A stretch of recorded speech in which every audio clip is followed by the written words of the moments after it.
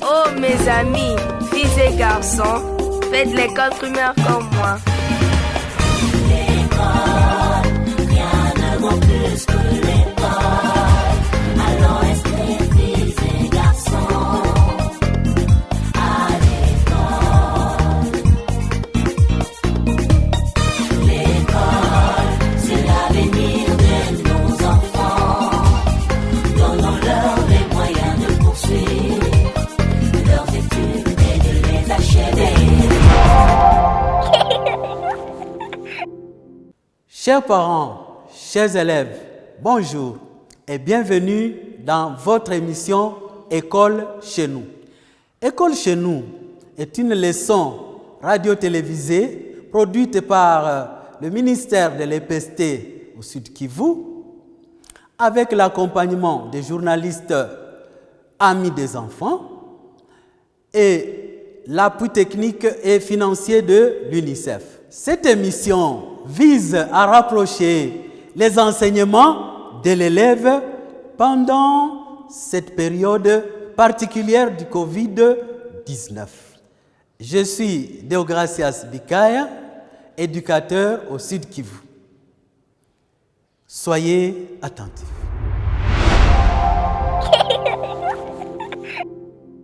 Bonjour chers parents, chers élèves. Nous sommes en 8e année de l'éducation de base. Nous allons apprendre en SVT la discipline qu'on appelle la botanique, qui sera présentée par Martin Matabaro, enseignant de biologie. Comme nous le savons tous, la botanique en 8e année, votre enseignant avait déjà amorcé, vous avez déjà introduit ces cours. D'abord, qu'est-ce que l'environnement? Comment est-ce que vous aviez défini l'environnement? Ah oui, l'environnement, c'est tout ce qui nous entoure. Comme quoi? Qu'est-ce qui nous entoure que vous connaissez, que vous voyez et que vous avez étudié? Vous avez parlé des plantes, vous avez parlé des animaux, des microbes, ainsi de suite. Le milieu de vie aussi, tout ce qui nous entoure, ça constitue ce qu'on appelle l'environnement. Quelle est l'importance maintenant? Quelle est l'importance des plantes? Certainement, il nous avait parlé que les plantes vont nous servir comme la nourriture. Mais aussi, les plantes, nous allons les utiliser comme des médicaments. Mais aussi, les plantes, l'enseignant vous avait parlé que les plantes nous produisent de l'oxygène pour la respiration. Merci beaucoup. Je vais lire cette situation. Dans la province du Sud Kivu, un vieux raconte aux jeunes élèves de la 8e année de l'éducation de base de son village: il y a 50 ans, nos cases étaient au voisinage de cette forêt, là que vous voyez à l'horizon. Aujourd'hui, elle s'est éloignée de notre village d'à peu près 5 km. Les jeunes lui posent la question de savoir pourquoi ce recul. Le vieux répond: c'est la faute de l'homme qui, à cause de la satisfaction de ses besoins, coupe, brûle, arrache des arbres et abat sauvagement les espèces protégées et endémiques pour diverses raisons. Ces élèves vont raconter ces récits à leur enseignant et tout de suite, l'enseignant leur donne un devoir d'évaluer les conséquences de la destruction sur la biodiversité. Là où vous me suivez à la maison, si vous êtes allé ou à 3 de la 8e année, vous allez vous mettre ensemble tout en respectant les 1 mètre de distanciation sociale. Et voilà maintenant les tâches que l'enseignant vous avait données. Comme vous n'avez pas la situation, je vais relire encore de nouveau et vous indiquer les tâches que votre enseignant vous avait précisées. Je relis la situation encore pour vous. Dans la province du Sud Kivu, un vieux raconte aux jeunes élèves de la 8e année de l'éducation de base de son village. Il y a 50 ans, nos cases étaient au voisinage de cette forêt, là que vous voyez à l'horizon. Aujourd'hui, elle s'est éloignée de notre village d'à peu près 5 kilomètres. Les jeunes lui posent la question de savoir pourquoi serait-il. Les vieux répondent, c'est la faute de l'homme qui, à cause de la recherche de la satisfaction de ses besoins, coupe, brûle, arrache des arbres et abat sauvagement les espèces protégées et endémiques pour diverses raisons. Ces élèves vont raconter ces récits à leurs enseignants, d'évaluer les conséquences de la destruction sur la biodiversité. Et le mot-clé ici, nous avons la biodiversité. Il y a aussi la forêt, où vous avez cité aussi les espèces endémiques. Voilà les mots-clés qu'on pouvait retrouver ici. Une espèce endémique est une espèce se retrouvant dans un milieu très rétréci, c'est-à-dire dans une zone limitée. Je vous donne un exemple typique. L'okapi. Ce n'est pas un peu partout où on retrouve l'okapi, même au monde entier. Ça se trouve seulement en RDC. Et dans quel parc? C'est dans le parc de Maïko, où vous avez parlé de l'okapi. Seulement ça. Donc c'est une espèce endémique. Et aussi on peut trouver des espèces qui sont endémiques, des espèces végétales qu'on peut retrouver seulement dans une zone donnée. Ah oui, on vous avait parlé aussi de la biodiversité. Ah, la biodiversité, c'est la multitude spécifique d'une communauté donnée, la multitude spécifique des êtres vivants qu'on va retrouver dans un milieu donné. C'est ce qu'on appelle la biodiversité. Ah oui, on a parlé aussi de notre mot-clé, la forêt. Ah, la forêt, je sais qu'il vous avait défini, il avait défini la forêt comme une étendue couverte par des grands arbres. Comme notre situation le disait, on parlait de ce qu'on appelle la forêt. Et aujourd'hui ici, en SVT, discipline botanique, nous allons parler de la forêt ici, comme notre sujet d'aujourd'hui. Nous allons parler de la forêt. Normalement ici, vous avez parlé de la forêt lorsqu'ici, on était en train de parler de l'environnement, plantes et environnement. Plantes et environnement. Donc, notre sujet d'aujourd'hui s'intitule la forêt. Comme la situation montrait la forêt. Parler de la forêt. Maintenant, comment est-ce que vous aviez défini la forêt? Votre enseignant avait défini la forêt comment? Ah oui. La forêt, il a défini la forêt comme? Tout le monde connaît la réponse. Il avait défini la forêt comme une étendue Cette étendue-là est couverte par des grands arbres. Des grands arbres. Une étendue couverte par des grands arbres. C'est comme ça que votre enseignant avait défini la forêt. Maintenant, on vous avait montré que cette forêt-là présentait quoi? Des strates.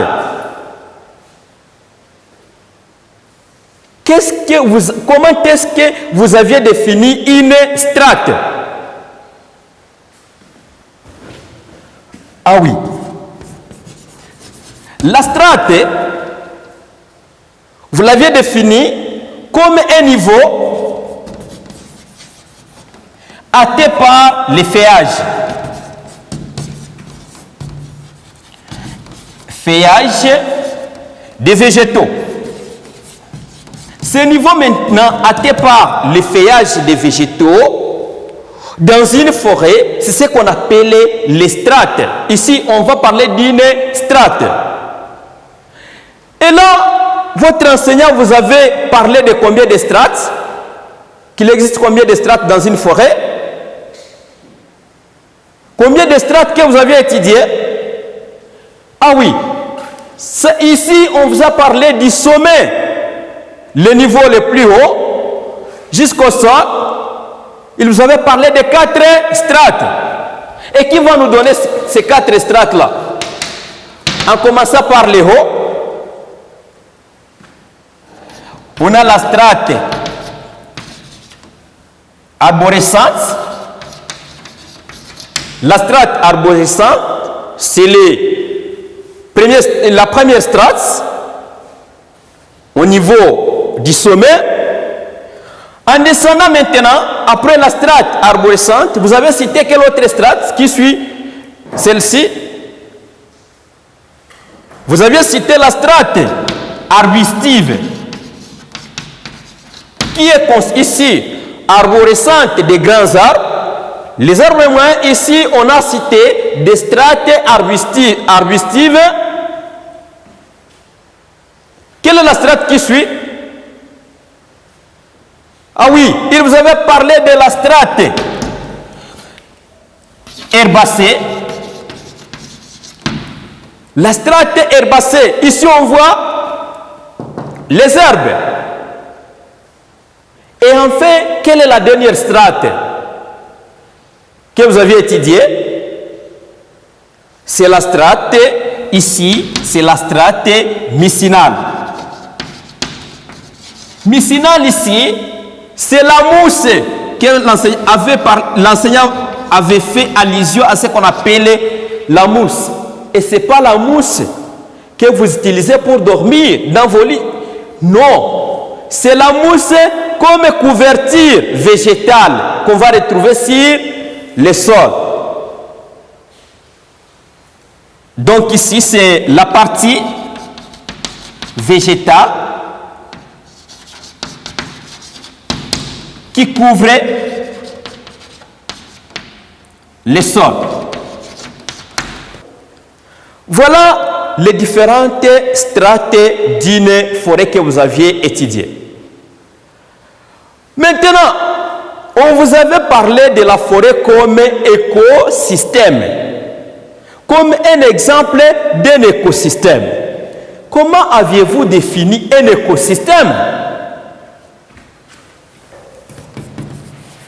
Écosystème. La réponse est quoi? Ah, votre enseignant vous avait parlé de l'écosystème, hein? Comme l'ensemble des êtres vivants et leur milieu de vie. Ensemble des êtres vivants et leur milieu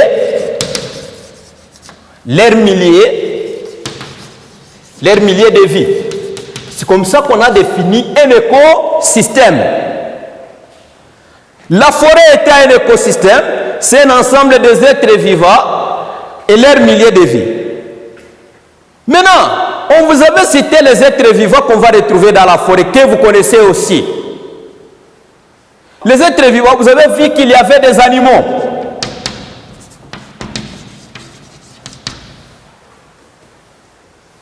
que vous connaissez convenablement. On vous avait cité des végétaux. Des végétaux, ce sont des plantes. Et la prédominance ici, on a dit qu'elles sont des arbres. Et aussi, on vous avait parlé des microbes. Ce sont des êtres vivants qu'on retrouve dans un écosystème. Et l'ensemble de tout ceci, il vous avait parlé de ce qu'on appelle biocénose. Donc, on entend par biocénose l'ensemble des êtres vivants qu'on retrouve dans un écosystème. Maintenant, on était en train de parler de milieux de vie. Les milieux de vie, ici on voit, on vous avait parlé du milieu physique. Le milieu physique. Le milieu physique. Les milieux physiques maintenant, qui vont nous donner l'exemple des milieux physiques. Le milieu de vie, ici, le milieu physique ici, sur lequel on va retrouver les êtres vivants. Exemple ici, on vous avait parlé de l'air. L'air, comme un milieu physique. Certainement, on vous avait parlé du sol, de l'eau, etc. Je sais que vous avez beaucoup d'exemples pour ça. Maintenant, le milieu physique ici, les termes techniques, comment est-ce que votre enseignant l'avait appelé, chers amis? Le mot technique. Ah, il avait appelé biotope. Biotope. Le milieu physique ici, c'est ce qu'on appelle biotope. Maintenant, en d'autres termes, on peut définir l'écosystème, si vous m'aviez bien suivi, et vous l'aviez défini aussi, comme étant l'ensemble des biotopes et biocénose. Biocénose. Il y a le mot bios qui veut dire la vie. Ok? Biotope ici c'est un milieu de vie comme nous l'avons défini. L'ensemble, maintenant, l'ensemble des êtres vivants et le milieu de vie, ça forme ce qu'on a appelé écosystème. À part la forêt comme écosystème, vous aviez, votre enseignant, certainement, vous avez cité d'autres exemples des écosystèmes. Quels sont ces deux groupes? Ah oui, il avait parlé de l'écosystème terrestre. On voit la terre. Ça c'est tout sur la terre ferme. Et vous avez cité quel exemple? Quel exemple, chers amis? À part la forêt, on peut parler de... Vous avez parlé de la savane. Même les déserts. Ainsi de suite. Sont des exemples des écosystèmes terrestres. Et à part les écosystèmes terrestres, vous avez parlé de quoi? On a parlé des écosystèmes aquatiques. Aquatiques ici, c'est-à-dire dans l'eau. Il y a les êtres vivants qui vivent dans l'eau. Et là, les écosystèmes aquatiques ici, les exemples, quels sont les exemples que vous aviez vus? Exemple, un état piscicole. Les lacs. On a un océan. La mer, ainsi de suite.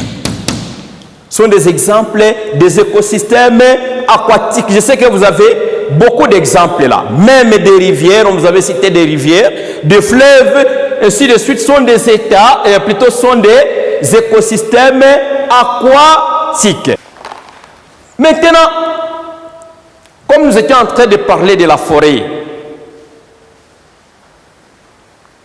ici,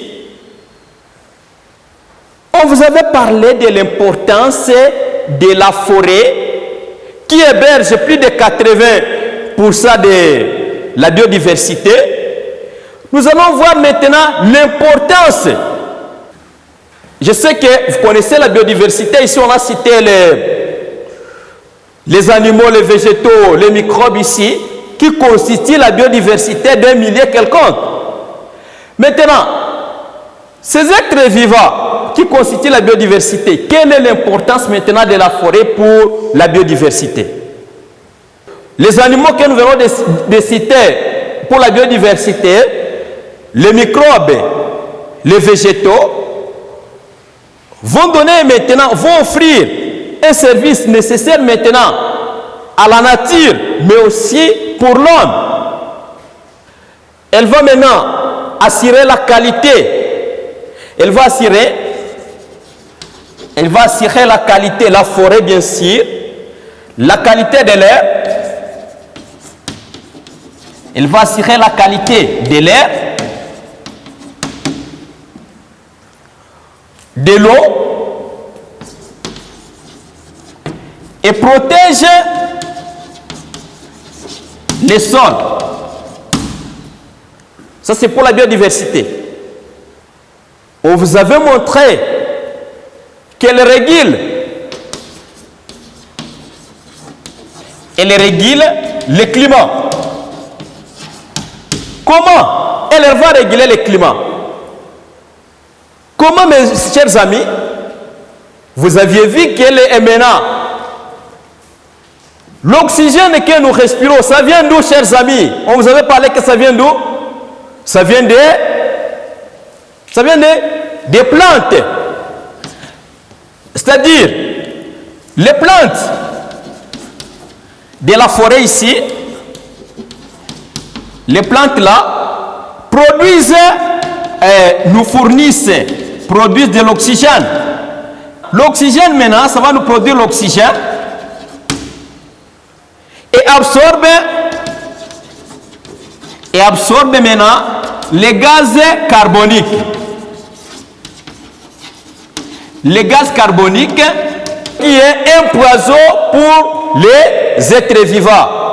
Et maintenant, ça va contribuer maintenant à l'effet de serre et qui est à la base du changement ou bien le réchauffement climatique. L'effet de serre est à base, ici et à la base maintenant réchauffement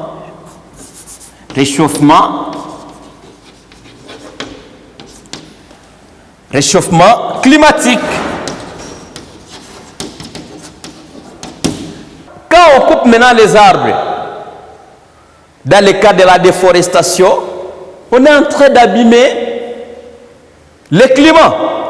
Parce qu'on n'aura plus l'oxygène, ou bien on en aura en petite quantité, et ce sont les plantes là qui absorbent les gaz carboniques. Ces gaz carboniques là, qui va détruire la couche d'ozone là-bas, et les rayons ultraviolets maintenant vont passer par la couche d'ozone, et ça va maintenant causer le réchauffement climatique. Merci beaucoup, chers amis. Nous allons continuer prochainement par un autre sujet dans le cadre de la protection de l'environnement au niveau des plantes et environnement. Nous parlerons maintenant de la déforestation et ses conséquences. Merci beaucoup. On était en SVT dans la discipline de la botanique et nous avons parlé des plantes et environnement et dont le sujet était la forêt, présenté par Marthe Matabaro. Merci beaucoup.